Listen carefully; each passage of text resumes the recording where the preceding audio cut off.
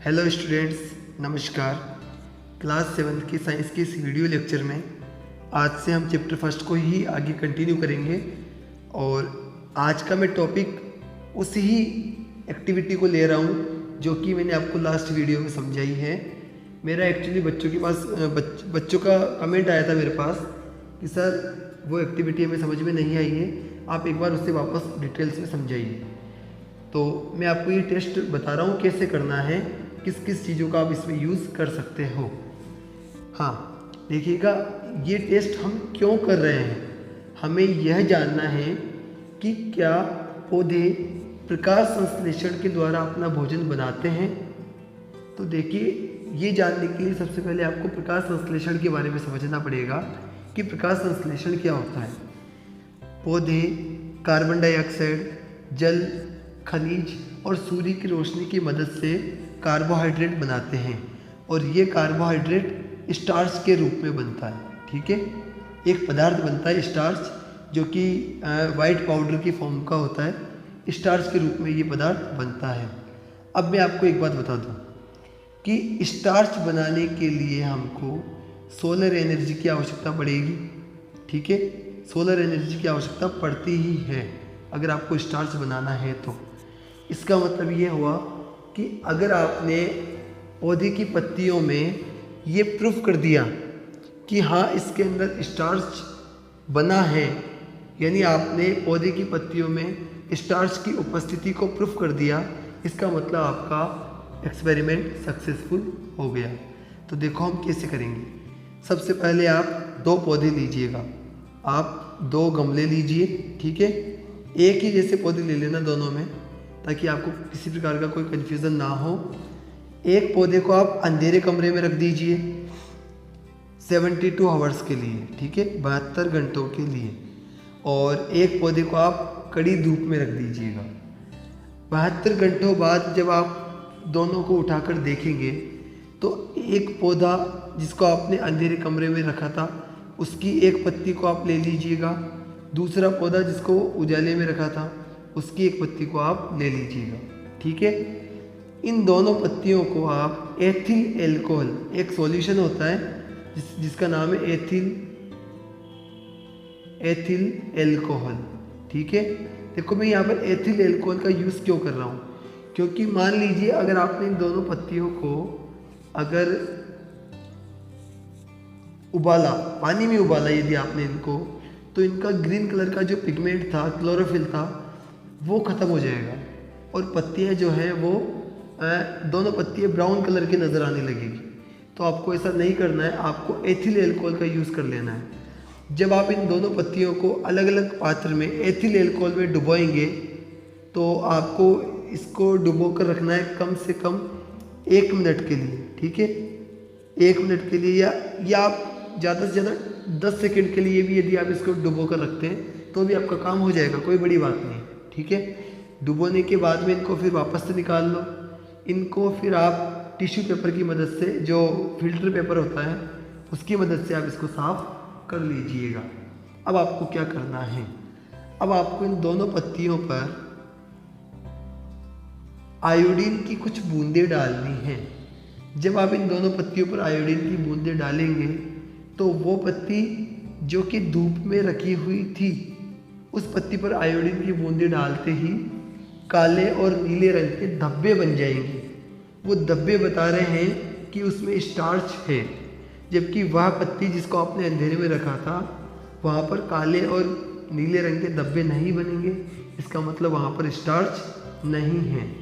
अब देखिएगा ऐसा क्यों हुआ, क्योंकि पौधे अपना खाना बनाने के लिए प्रकाश संश्लेषण का यूज़ करते हैं और वे स्टार्च बनाते हैं।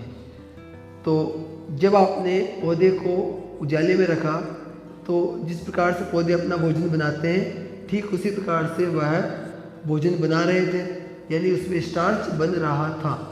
लेकिन दूसरी पत्ती में जब आपने इसको सूर्य की एनर्जी से दूर रखा तो ये अपना खाना नहीं बना पाए, इसका मतलब ये स्टार्च नहीं बना पाए और जो स्टार्च इनके पास था उसको इन्होंने अपने भोजन के रूप में यूज़ में ले लिया। अब इसमें स्टार्च नहीं है इस सिचुएशन में जब आपने इस पर आयोडीन की बूंदें डाली तो इन पर कोई प्रभाव नहीं हो। ठीक है, तो इस प्रकार से ये एक्सपेरिमेंट बताता है कि पत्तियों में स्टार्च उपस्थित होता है, इसका मतलब उसमें प्रकाश संश्लेषण की प्रक्रिया हुई है।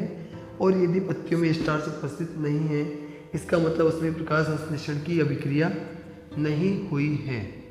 ठीक है, इसके बाद हम पढ़ेंगे आज पादपों में कार्बोहाइड्रेट के अतिरिक्त अन्य खाद्यों का संश्लेषण। कार्बोहाइड्रेट के अलावा और क्या क्या चीज़ें बनती हैं जो कि पादपों में बनती है। ठीक है, अभी आपने पढ़ा कि प्रकाश संश्लेषण प्रक्रम द्वारा पादप कार्बोहाइड्रेट का संश्लेषण करते हैं, कार्बोहाइड्रेट बनाते हैं। ठीक है, कार्बोहाइड्रेट दो चीज़ों से कार्बन ऑक्सीजन, हाइड्रोजन और ऑक्सीजन, इनसे मिलकर बने होते हैं। ये आप पहले भी पढ़ चुके हैं। कार्बोहाइड्रेट का मतलब क्या हो गया? कार्बन, हाइड्रोजन और ऑक्सीजन से मिलकर बने हुए पदार्थ से बनते हैं। इनका उपयोग खाद्य के अन्य घटकों के संश्लेषण में होता है। इसका मतलब पौधे इस कार्बोहाइड्रेट का यूज़ करते हैं अलग अलग प्रकार का भोजन बनाने में, परंतु प्रोटीन नाइट्रोजनी पदार्थ है। ठीक है, प्रोटीन नाइट्रोजन से मिलकर बना हुआ पदार्थ है, यानी उसमें कार्बन, हाइड्रोजन और ऑक्सीजन के अलावा नाइट्रोजन भी होती है। ठीक है, तो पादपों को नाइट्रोजन कहाँ से प्राप्त होती है? भाई प्रोटीन पादपों में पाया जाता है, और प्रोटीन होता क्या है? कार्बन, ऑक्सीजन, हाइड्रोजन के अलावा नाइट्रोजन भी उसमें होती है। तो ये नाइट्रोजन पौधों के पास कहाँ से आई? ये एक बड़ा प्रश्न बनकर उभरा है यहाँ से।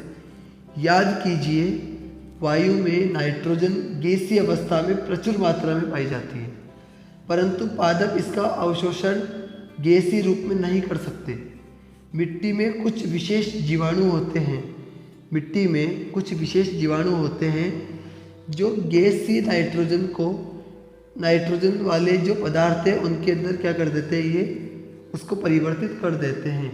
आपने पढ़ा हो कि जब भी कोई जीव मरता है, जब किसी जीव का शरीर डिकम्पोज होता है, तब छोटे छोटे जीव उसको छोटे छोटे घटकों में विभाजित कर देते हैं तथा उन्हें नाइट्रोजनी पदार्थों में वे कन्वर्ट कर देते हैं। इसका मतलब क्या हुआ कि नाइट्रोजन, वे पदार्थ जिनमें नाइट्रोजन होती हैं उन्हें हम नाइट्रोजनी पदार्थ कहते हैं। ठीक है, तो ये जो छोटे छोटे जीव हैं ये नाइट्रोजनी पदार्थ बनाते हैं, और यह नाइट्रोजनी पदार्थ, यह विलेय पदार्थ पादपों द्वारा जल के साथ में अवशोषित कर लिए जाते हैं। जल के साथ में ये जो पदार्थ है ये भी जड़ें क्या कर लेती है? इनको अवशोषित कर लेती है, और इस प्रकार से पत्तियों को नाइट्रोजन प्राप्त हो जाती है। संभवतः आपने देखा कि किसान अपने खेतों में उर्वरक तथा खाद डालते हैं। ऐसा क्यों करते हैं? क्योंकि उर्वरक और खाद में नाइट्रोजन की प्रचुर मात्रा होती है, जिससे पौधों को नाइट्रोजन प्रचुर मात्रा में प्राप्त हो जाती है। उर्वरक और खाद में नाइट्रोजनी पदार्थों की मात्रा प्रचुरता में होती है। इस प्रकार अन्य संघटकों के साथ साथ पादपों की नाइट्रोजन की आपूर्ति भी पूरी हो जाती है। ठीक है, इसके पश्चात खाद्य के अन्य संघटकों जैसे प्रोटीन और वसा, इसके पश्चात पादप खाद्य के अन्य संघटक जैसे कि प्रोटीन और वसा का संश्लेषण करते हैं। अब पौधों को कार्बोहाइड्रेट और प्रोटीन दोनों मिल गए, पौधों को कार्बन डाइऑक्साइड, जल, खनिज और सूर्य का प्रकाश और नाइट्रोजन, ये सभी मिल गए। तो अब पौधे क्या करते हैं? अब इनसे भी बनाते हैं कार्बोहाइड्रेट और प्रोटीन और वसा। ठीक है, ये उनका संश्लेषण करते हैं। पादपों में पोषण की अन्य विधियाँ, इस टॉपिक को हम नेक्स्ट वीडियो में डिस्कस करेंगे।